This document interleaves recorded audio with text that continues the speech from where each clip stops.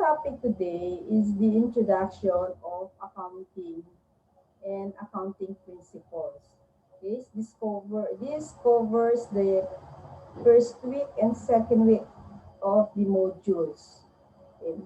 So this is introduction to accounting and accounting principles. Okay. In today's topic class, you will learn the following. Okay. The first is that you can learn how to define the word accounting from the different perspective as well as the accounting equations. You will learn the application of the accounting equations, and you can define and enumerate the accounting principles. Okay, let's first have a little history of accounting. Okay, saan ba siya nagmula? Okay, in the history of accounting, development of accounting dates back to ancient time, okay, in Mesopotamia, and is closely related to developments in writing, counting money, and early auditing system by the ancient Egyptians and Babylonians. So class, yung accounting hindi lang ngayon nag-exist in the modern world. Okay? As early as yung ancient time, yung unang-unang panahon pa lang, meron na palang accounting. So, ginagawa na nila yung accounting. Pero syempre, it's different from today. Dahil ngayon, we are now highly developed na yung ating technology. Okay? But as far as accounting is concerned, okay, date back to ancient time, meron na siya. Okay. A well-known as recognized as the father of accounting is Father Luca Pacioli. Okay, bakit siya Pacioli? Ang pronunciation niya ay Pacioli because he is an Italian. Okay. Bakit siya ni-recognize as the father of accounting? Because he is the first person who published a work on double entry bookkeeping. Okay, bakit siya dinawag na double entry bookkeeping, di ba? Kasi kung meron kang debit, meron ka rin credit. Hindi pwedeng mag-entry na debit lang. Okay, so there is always debit and credit. Kaya dinawag na double entry. Okay, so sa mga susunod nating mga meeting, maintindihan nyo mas lalo kung ano yung debit and what is credit. Okay? O, sige, going back. So now, we need to define class what is accounting. So ano ba talaga itong accounting? Kung wala yung AC sa umpisa, it's merely accounting, di ba? Pero hindi, may nakaduktong siyang AC. Okay? The first two letters. Okay? In accounting. So, ano ba sa kanila ang definition? In a different perspective. Okay? As I have mentioned in the learning outcomes, na merong in the different perspective ang accounting definition. Okay? One is that accounting is a service activity. Its function is to provide quantitative information, primarily financial in nature. Okay? So ito, sa definition daw niya, it is a service activity and it is quantifiable and it is in financial in nature. Okay. Another perspective is that accounting is an information system that measures, processes, and communicates financial information about an economic entity. Another definition, para sa kanya, it is a measurement, it is also a processor, and at the same time, you are communicating the information regarding the financial about the economic status ng entity na yon. Okay? So, another one, it is the process of identifying, measuring, and communicating economic information to permit informed judgment and decisions by users of the information. Okay. So, ang sinasabi naman niya dito, class, na yung accounting law ay talagang is a tool of measuring, okay, the financial information para makapagbigay ka ng judgment mo, especially yung mga users ng financial information. Okay? So, all of these class are correct naman. Okay? So, tama naman ang sinasabi niya. Now,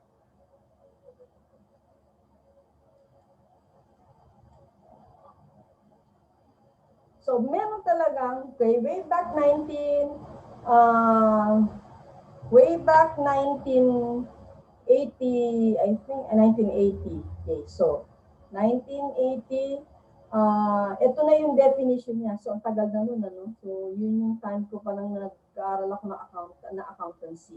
Okay? Ito na talaga yung definition niya. Okay? This is the acceptable definition. Kasi class, itong definition na to napaka-haba ng ibig sabihin niya. At halos kino-cover niya na yung isang accounting cycle, magmula sa step 1 hanggang sa step 11. Okay? So, what is the definition? That accounting is an art of recording, classifying, and summarizing in a significant manner, and in terms of money, transaction, and events, which are in part at least of financial character and interpreting the results thereof. Okay. Balikan natin ito. Bakit ko sinabing this is the accepted accounting definition since 1980? Okay. Nung first year ako sa accountancy, yan agad ang pinag-aralan namin. Yung what is, kailangan we need to memorize this. Pati yung comma, at least which are in part at least of a financial character, dapat matandaan namin ito. Okay, sige, going back here. Okay, bakit siya tinawag na recording class? Because in accounting, we have the journalizing. And journalizing is technically is the recording in accounting. So, yung recording na yan yung journalization, journalizing transaction. Okay, and classifying, these are the ledger. Okay, you are going to post the entries from journal to ledger, and then summarizing, that is the trial balance. Okay, and then sinasabi niya, in significant manner. Ibig sabihin, class, when you record transactions, it should be in chronological order. Or for example, merong benta ng November 8. Meron kang benta ng November 8 at saka November 10. Anong unang mong i-record? November 10 ba? O yung November 8? Okay, syempre November 8. It should be in a chronological order. Next. And bakit siya tinawag in terms of money?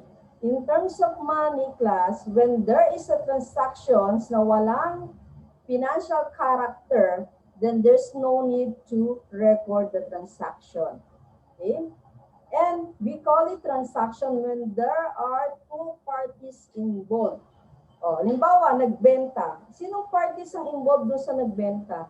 Diba? The parties involved are the buyers and the sellers. So sa sellers, ikaw yung may-ari, ng company, you are selling. So ang ka-transaction mo ay yung buyer. Okay. And the last one is interpreting. Okay. Sa accounting, after na ma-prepare mo yung financial statement, hindi lang doon nagtatapos. Okay? You need to interpret the financial information. Are we really have the capability to pay our obligations? Okay. How much is the turnover? Are we liquid? Okay. Something like that. So we need this interpretation. Okay, question. Can these things, recording, classifying, and summarizing and interpreting, pwede bang mag-interchange? No.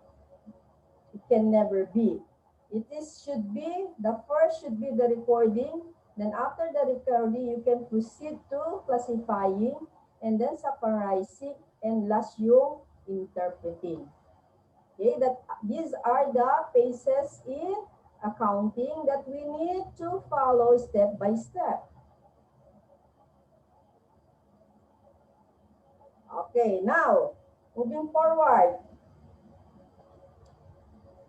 Accounting equation. When we say equation class in accounting, we are talking about the assets is equals to liabilities plus owner's equity. That is the accounting equation. Okay? So, sa susunod nating meeting, malalaman nyo kung paano yan. Okay? Because we will have entries and, okay, the debit and the credit. Okay? So, dito muna, okay? Just to have the accounting equation. Okay. Assets is equals to liabilities plus owner's equity. Okay? Pagka ina-analyze mo yan, okay, lahat ng ari-arian mo sa company mo, lahat ng properties in your company ay galing sa utang mo o kaya doon sa capital ng mga may-ari.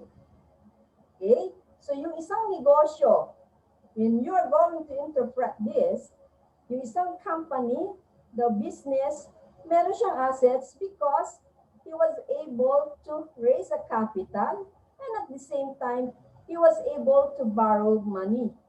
Okay? So, yun ang totality ng kanyang assets. Okay. The accounting equation class are the financial statements that tell us how a business is performing. Okay? But how do we arrive at the items and the amounts that make up the financial statements? And that is the questions. Okay? Paano tayo makaka-arrive sa financial statements? Napakahaba ng proseso. Okay? So, if you want to be an accountant, okay, talagang dapat nandun yung diligent mo sa pag-aaral because napaka-tedious nung gagawin mo. Okay, pagka mga accounting works, accounting activities. Okay, kung hindi ka masipag, no, you should not get that course. Okay? So, kaya ang basic tool talaga ng accounting is the accounting equation. So, you always have to remember this, that asset is equals to liabilities plus owner's equity. Okay? Moving forward. Okay. Okay. In the accounting equation, as I have said, assets is equals to liabilities plus owner's equity. Ang mapapansin nyo, class, okay, the assets are in the right side, are in the left side, while the liabilities plus owner's equity are on the right side parehas. Okay? And, okay, please take note that this is an equal sign. Okay? So, assets must be equal to liabilities plus owner's equity. Okay? And this is the logic. Okay? The logic of debiting and crediting that is related to the accounting equation. Okay? So, pagka tinuruan ko na kayo mag-journalizing, you will encounter what is debit, what is credit. Anong entry nito, okay? So, na-related dito sa accounting equation. Kaya, sa first discussion, this should be clearly discussed. So, now, let's now have the accounting principles. Ito naman ang mga principles ng accounting. Okay? Okay. The principles are the fundamental concepts that underline the accounting process. Okay? So, when you are doing the accounting process, when you are recording, classifying, summarizing, interpreting, you must follow the accounting principles. Okay. Now, one of the accounting principles is about entity concept. When we say entity concept class, it is an organization entity. When you say entity, in Tagalog, di ba yung kumpanya?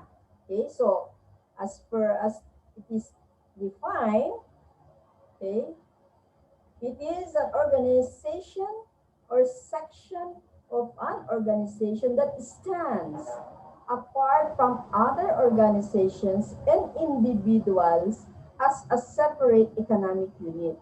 Okay, so kung halimbawa, ang ibig sabihin niyan, you are the owner of the business. Okay. Sa business itself, the business itself, meron siyang sarili niyang identity. May sarili siyang, kumbaga, artificial being siya.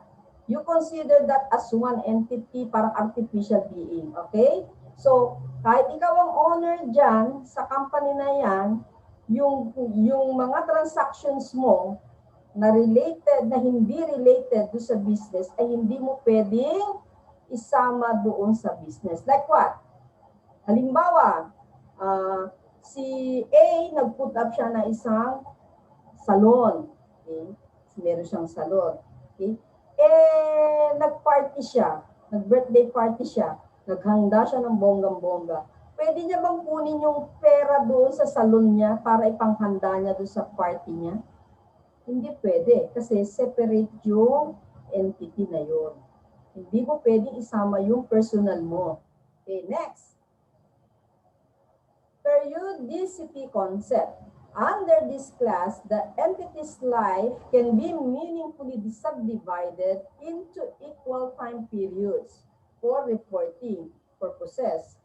1 year is the usual accounting period. Okay, pag sinabi natin periodicity concept, this is about the time, the period. Ano yung accounting life niya? And normally, class, pag sinabi natin accounting period, normal niyan ay 12 months. Okay, question. Lagi bang January and it ends in December? No. Pwedeng hindi calendar. Pwedeng maging fiscal year ang tawag doon. Paano ang fiscal year? When you started your accounting period in April, it will end in March. So meron ka pa rin 12 months. 1 year pa rin yun. But you just started April. So mag-e-end ka ng March. Ang tawag dyan ay, we call that a fiscal period. While, when you started your business recording in January and it ends in December, therefore, it is called a calendar year. Okay, so this is a periodicity concept. Okay, tanong, bakit ma'am, ang mga statement ba, ibig sabihin once a year lang ginagawa? No, ginagawa yan monthly. Okay, so minsan nag-report ka quarterly. When you say quarterly, it is 3 months. But as a normal practice in every company, you need to do your financial statement monthly. In fact, meron mga certain cut-off yan. Diba? End of the month. Okay? 30, end of the month. Yung transaction mo after 3 o'clock will not be considered as end of the month. Sa susunod na day na siya. Sa first day of the next month na siya i-consider. Okay? Okay. Kaya lang, when say accounting period, we are talking about the 12 months. Okay. Next, the stable monetary unit concept. Here, Philippine peso is the reasonable unit of measure, and that is purchasing power that is relatively stable.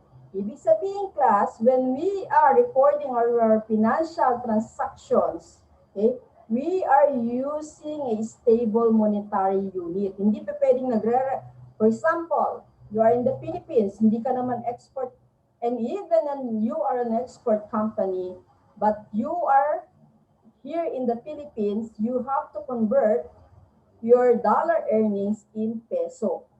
Okay? Hindi pa pwedeng peso iba recording mo, tapos yung nagbayad sa'yo dollar, yun ang recording mo dollar. No. It should be one monetary unit concept. Okay? So kung halimbawa, meron kang customers in Hong Kong, nagbayad ng Hong Kong dollars. So are you going to record that in Hong Kong dollars? No. You record that, get the conversion of the Hong Kong dollars to peso before you can record the transactions.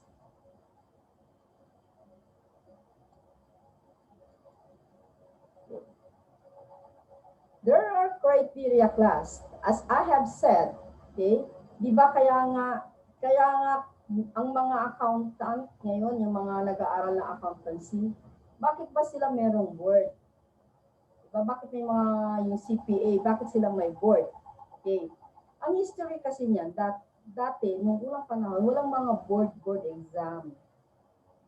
Ngayon, merong gumagawa ng mga financial statement. Tapos sasabihin nung gumawa ng financial statement that this company is really earning so much.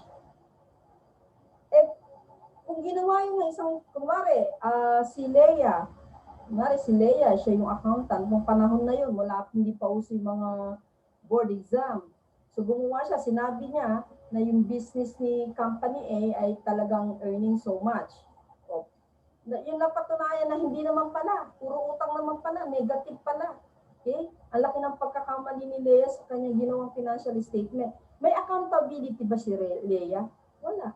Kasi wala naman siyang board, wala naman siyang i-release.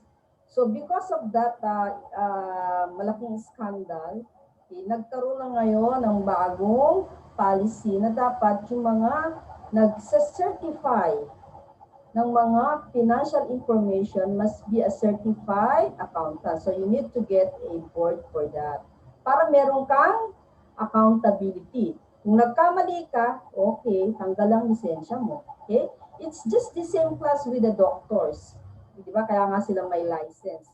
Okay, and even noong unang panahon daw, wala naman din daw board ang mga engineer. Okay? But because meron nag-collapse na building, so lesson learned, kailangan nilang mag-take ng mga board para may accountability sila. Okay, so going back here, tayo sa mga future accountants, okay? So merong tinatawag na General Acceptance of Accounting Principles. Okay? Merong isang body, okay? Ito yung nagbibigay ng guideline. Ang tawag nila dyan ay GAAP. Okay? GAAP means generally accepted accounting principles. So therefore, class, sa kanya nanggagaling ano yung mga dapat lang natin gamitin na principles. Okay?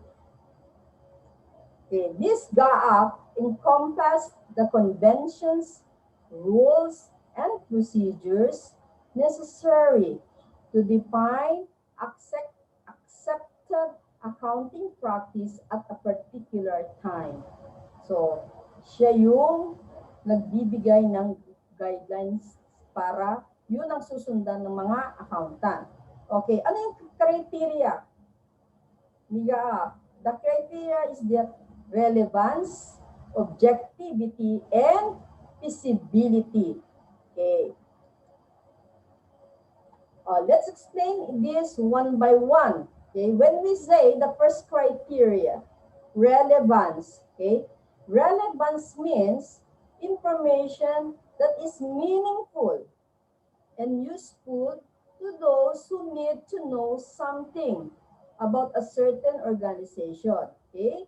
So, ibig sabihin, kaya relevance, yung mga pinagagagawa mong recording, yung financial statement, dapat meaningful yan.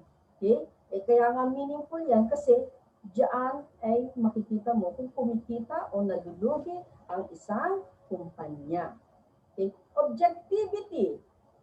Information is not influenced by the personal bias or judgment, reliability, and trustworthiness. Ibig sabihin niyan, class, kung ikaw ay isang accountant at dahil binigyan, hindi pwedeng gamitin mo yung iyong power o i-manipulate mo ang financial information ng isang company. Okay? Kaya dito, ang tawag niya yung tiwala, trustworthiness, okay? At saka reliable. Okay? Dapat, kung ikaw ay isang maayos na accountant, na certified accountant, dapat nandoon yung credibility mo. Okay? Bakit? Minsan kasi, may mga company na mag-disagree with you, okay? Oh, bakit hindi mo tinake up yung sa income? And because of that, tuloy, lalabas kami, hindi kami kumikita. Okay? O bakit naman ang baba ng take-up mo dito? E di ibig sabihin, mas matatalo kami ng aming competitors in terms of sales. Something like that. Maraming mga ganon, okay? Mga multinational companies. Okay? And the last one criteria is feasibility. Ibig sabihin, ang feasibility, it can be implemented without undue complexity or cost. Okay? Kung daw magpapa-implement ka, dapat hindi siya ganun ka-complex at hindi naman siya dapat costly. Okay? So, hindi, pag ginawa yon, may ginawa kang isang entry, it doesn't mean na you need to be paid. Okay? Because kasama yun sa work mo. Okay? Now, let's have a basic principle in accounting. Okay? The first one is objectivity principle. Okay? So, kumbaga class, yung criteria natin, again, we will have the basic only. Okay? For the theory. Okay? As far as theory is concerned in accounting, we were able to reach the basic principle into two categories. Okay? One is objectivity principle. Okay? Under this objectivity principle, accounting records and statements are based on the most reliable data.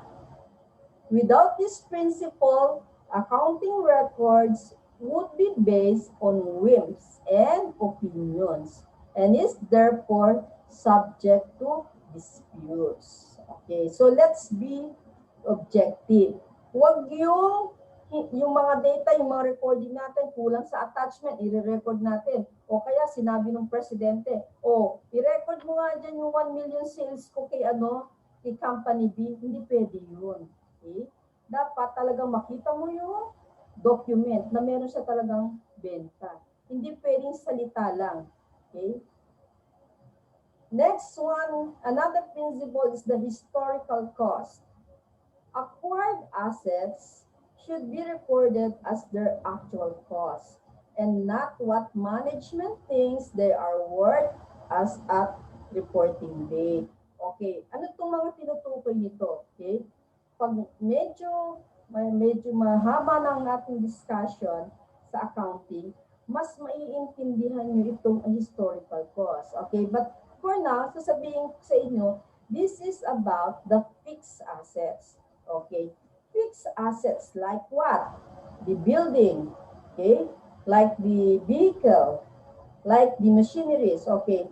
When you bought this item class, okay, you spent millions and millions in a month.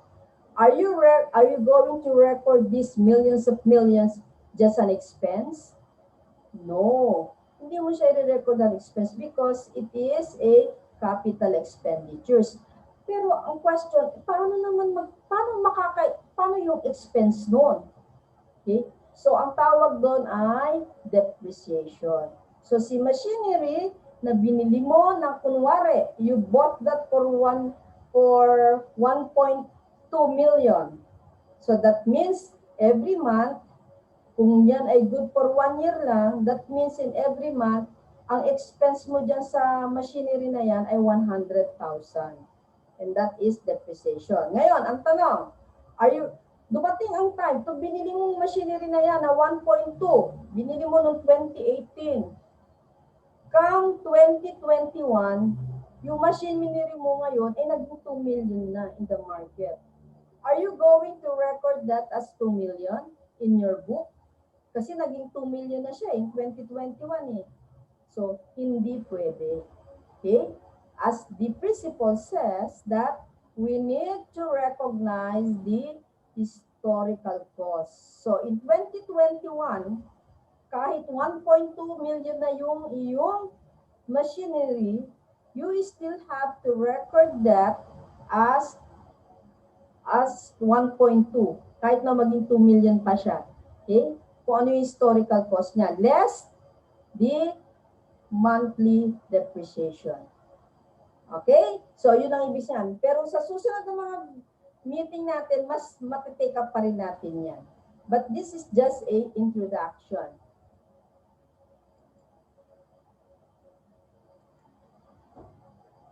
Okay. A part of basic principles is the adequate disclosure. These adequate disclosures requires that all relevant information that would affect the user's understanding and assessment of the accounting entity be disclosed in the financial statements. Okay. So, sa financial statement class, okay, hindi lang siya income statement, hindi lang siya balance sheets, may mga disclosure din doon na dapat mong ilagay. O halimbawa, meron siyang pinapakiusap na medyo lihis sa accounting principles. Okay, dapat i-disclose mo yun. Okay?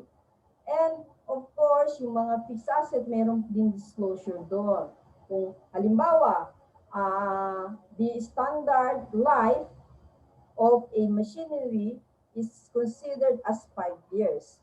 But then you record that as 2 years. So you just disclose na ang life na nilagay mo lang ay 2 years. Okay? Then materiality. When we say materiality, information that is significant enough to affect evaluations and decisions. So, it depends on the size and nature of the item judged in the particular circumstances of its omission. Okay? Di ba normal natin ginagamit yung material, immaterial? Okay, sa accounting maririnig mo rin yan. Okay? So, minsan meron kang dapat i-record. Okay? Kung halimbawa, ikaw ay isang multinational company, ang mga transaction mo, million-million, billion-billion. Okay? And then, may nakita ka na isang item na dapat tinake up mo, pero ang halaga naman niya ay 10,000 lang. Do you think it is material for that multinational company na balikan niya yung first step? Lahat ng financial statement niya, ready na, isasubmit na, pero may nakalimutan na siyang kapraso. Hindi niya nakita, hindi niya napansin. Babalikan niya pa ba yun from step 1 na ang taga-taga niyang ginawa yung statement? And since it is only in the amount of 10,000, that is already immaterial. Pero kasi multinational company siya. So ngayon, kung halimbawa naman, ikaw naman ang business mo, isang barbershop. So ang barbershop, maliit lang naman na sole proprietorship. Okay, pero kailangan pa rin ng financial statement yan dahil kailangan mo pa rin mag-file sa BIR. And then you forgot something like 10,000 na recording ng sales. O kaya, meron kang double entry ng statement ng salaries na 10,000. Are you going to record that unrecorded salary expense? Is that material? Yes, of course. That is already material kasi maliit lang yung company. Okay? So materiality, it depende sa entity. Okay. Next, principle is consistency principle. Under this principle, the firm should use the same accounting method from period to period. However, changes that are permitted if justifiable and disclosed in the financial statements. Ang ibig ng consistency, ibig sabihin niya class, we should be consistent in using, one good example is the consistency in using the accounts. For example, you are going to record yung mga bond paper, as office supplies, bond paper, pencil, ball pen, you consider this as office supplies. Okay? Tapos sumunod na next month, may bago kang accountant, instead of using office supplies sa entry niya, ang ginamit niya repairs and maintenance. Bakit daw? Bakit repairs and maintenance? Kasi di ba, i-maintain naman natin yung paglilinis nito, and part of the supplies, yung binili niyang, kunwari mayroon siya binilang pang cleaner ng mga table as part of office supplies. So, ang take-up niya ngayon ay repairs and maintenance kasi mini-maintain daw ang cleanliness. So, magkakaroon sila ng inconsistency sa pag-take up ng mga transaction. So, si accounting ayaw niya yan. Gusto niya, kung gagamit ka ng isang account from the start, yan na yung ginamit mo, yan na rin ang gagamitin mo for the rest. Okay. For example, yung benta mo, sales, gumamit ka ng revenue, yung starting revenue, debit cash, credit revenue. Sumunod na transaction mo, debit cash, credit sales. Bakit hindi revenue yung ginamit mo? Kasi parehas naman daw ang revenue and sales. So, hindi pwede yun. Okay? Because you are assigning an account code for each account. So, pag gumamit ka ng iba't ibang account, meron kang mawawala sa pagsasummarize mo. Meron kang hindi ma-take up. So, dapat consistent ka. When the first time you use that account, you will use that forever. Maliban lang, kung talagang nag-change ka ng account ng operation mo, and then nakita ng accountant na kailangan nating baguhin yung account na ginagamit natin, yun, pwede yun. Pero kailangan i-disclose mo doon sa financial statement mo na nag-change ka ng account from this account to this account. Okay? The consistency principle is under a Philippine Accounting Standard, PAS number 1. Okay. Kasi itong PAS number na yan, marami yan. Kumbaga yan parang batas bilang 1, batas bilang 2, okay? And even the labor code, di ba, may mga number yan. Okay? Sa Philippine Standard din, gumagamit din siya ng number. Okay? Sa mga policy nila. Okay? But under this consistency, it is under PAS number 1, PAS. Okay? And that also belongs to the presentation of financial statements. Okay? So here, presentation and classification of items in the financial statement should be retained from one period to the next, unless significant change in the nature of entity's operation. Okay? Another classification would be more appropriate for the application of accounting policies in PAS number 8. Change in accounting estimates and errors. Okay? So, this also requires a change under PFRS. So, meron still another body na in charge na nag-regulate ng mga accounting standard, and this is PFRS, Philippine Financial Reporting Standard. Okay? So, sasabihin mo doon, i-disclose mo that under PFRS standard, we can change this amount to this amount, okay? Because we have changed the operation or the nature of our business. So, hindi ganun kadali to change from one account to another account, okay? Because of consistency principles. And even, class, yung mga like the BIR, okay? Hindi sila basta-basta papayag sa'yo dahil pwedeng iniisip nila, pwedeng ma-manipulate mo yung taxable income mo if you are going to change your account from one account to another.